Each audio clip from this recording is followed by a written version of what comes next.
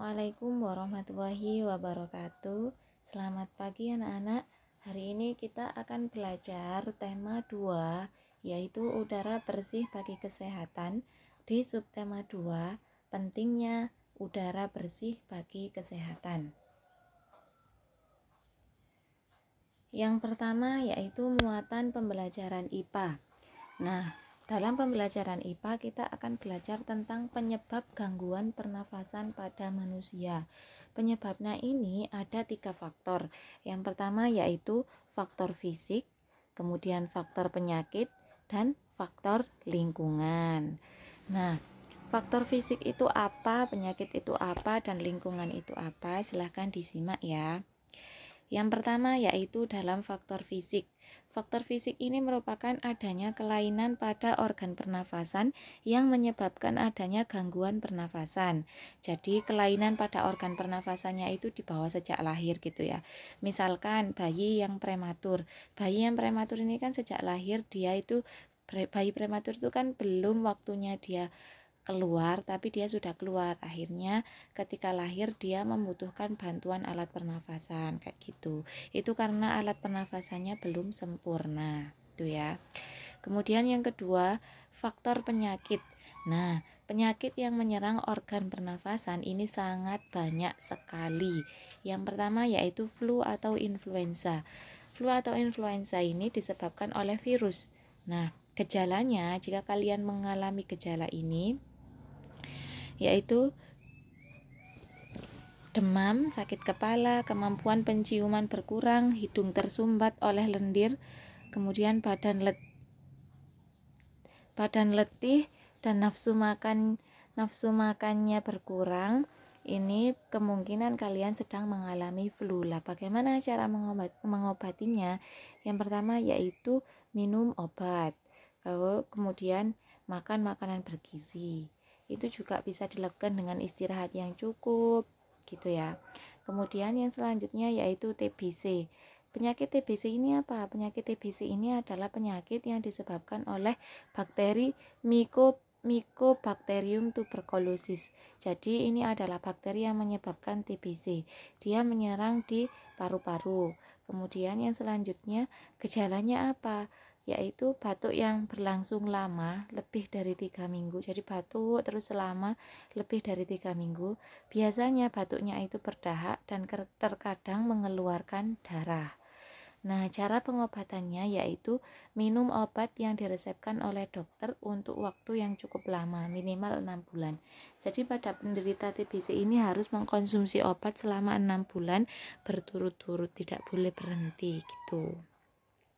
Yang selanjutnya yaitu penyakit pneumonia atau radang paru-paru. Jadi radang paru-paru ini terjadi peradangan di dalam paru-parunya ya. Ini disebabkan oleh virus, bakteri atau jamur. Gejalanya yaitu sulit bernafas, batuk disertai darah, nyeri di dada, kemudian demam, sesak nafas dan kelelahan. Kalau mengalami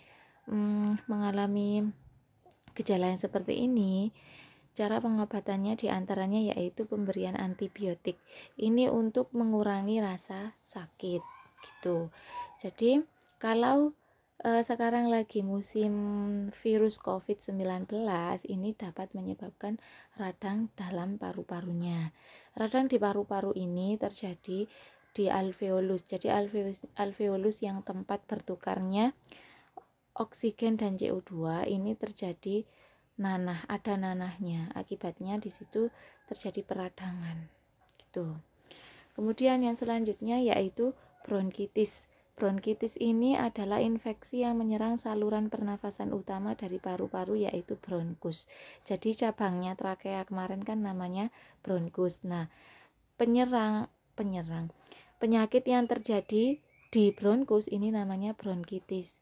Lah ini disebabkan karena kebiasaan merokok. Jadi kita harus menghindari merokok. Gejalanya apa? Yang pertama yaitu batuk disertai dengan lendir. Kemudian sakit tenggorokan, sesak nafas, nyeri dada, hidung tersumbat, kelelahan, dan demam ringan. Ini adalah gejala yang dialami oleh penderita bronkitis. Cara mengobatinya yang pertama yaitu menghindari merokok atau lingkungan dengan banyak perokok di sekitarnya. Jadi merokok itu ada dua, yaitu merokok aktif dan merokok pasif.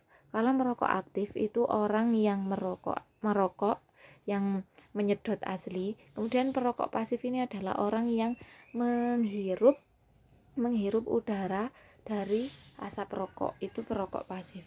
Kemudian istirahat yang cukup dan banyak minum. Yang selanjutnya yaitu penyakit difteri. Difteri ini adalah penyakit yang disebabkan oleh Corynebacterium diphtheriae. Jadi ini adalah penyakit difteri yang menyerang tenggorokan ya.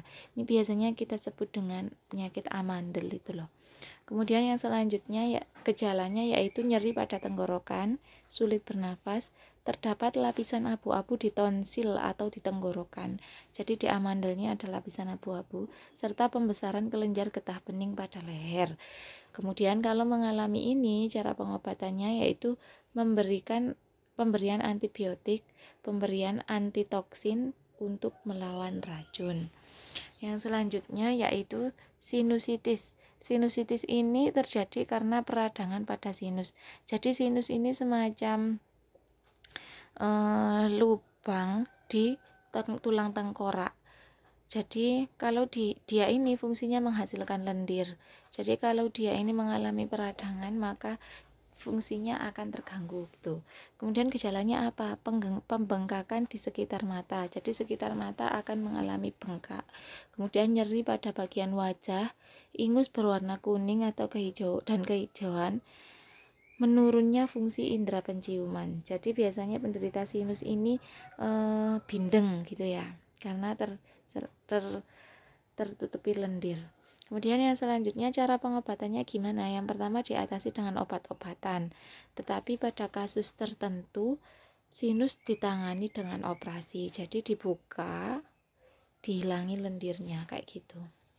Kemudian yang selanjutnya yaitu rinitis. Adalah penyakit yang disebabkan oleh virus atau alergi. Nah, gejalanya polip hidung yang bisa mengganggu pernafasan, kemudian berkurangnya fungsi indera penciuman. Jadi kayak pilek gitu loh, tapi ini disebabkan oleh virus atau alergi. Nah, cara pengobatannya yaitu membersihkan saluran hidung secara berkala, kemudian melakukan suntik alergi, kemudian minum obat sesuai resep dokter. Nah, rinitis ini biasanya disebabkan karena alergi debu, alergi dingin, seperti itu. Kemudian yang selanjutnya yaitu penyakit faringitis atau radang tenggorokan. Ini yang diserang tenggorokannya ya. Yang pertama yang disebabkan oleh bakteri Streptococcus. Nah, ini yang menyebabkan radang di tenggorokan. Gejalanya nyeri pada tenggorokan, kemudian gatal tenggorokan gatal, sulit menelan, kemudian demam dan sakit kepala. Nah, kalau mengalami gejala ini, apa yang bisa dilakukan yaitu cara pengobatannya banyak istirahat, tidak banyak bicara, banyak minum air putih, dan berkumur dengan air garam. Yang ketiga yaitu dalam faktor lingkungan. Lingkungan yang kotor, asap kendaraan, asap pabrik, dan asap rokok dapat mencemari udara. Udara yang tercemar menyebabkan ketersediaan oksigen menipis, sehingga menyebabkan penyakit. Nah, jadi udara yang kotor di sekitar kita itu dapat menyebabkan penyakit. Apa saja penyakitnya? Yang pertama yaitu emfisema. Emfisema ini merupakan penyakit paru-paru yang mengalami pembengkakan karena pembuluh darah kemasukan udara. Kemudian penyakit ini disebabkan karena asap rokok, asap atau debu bahan kimia. Jadi yang menyebabkan penyakit ini adalah asap rokok, asap pembakaran sampah, atau semua asap-asap, kemudian asap kendaraan, dan debu-debu bahan kimia. Ini bisa menyebabkan penyakit emfisema.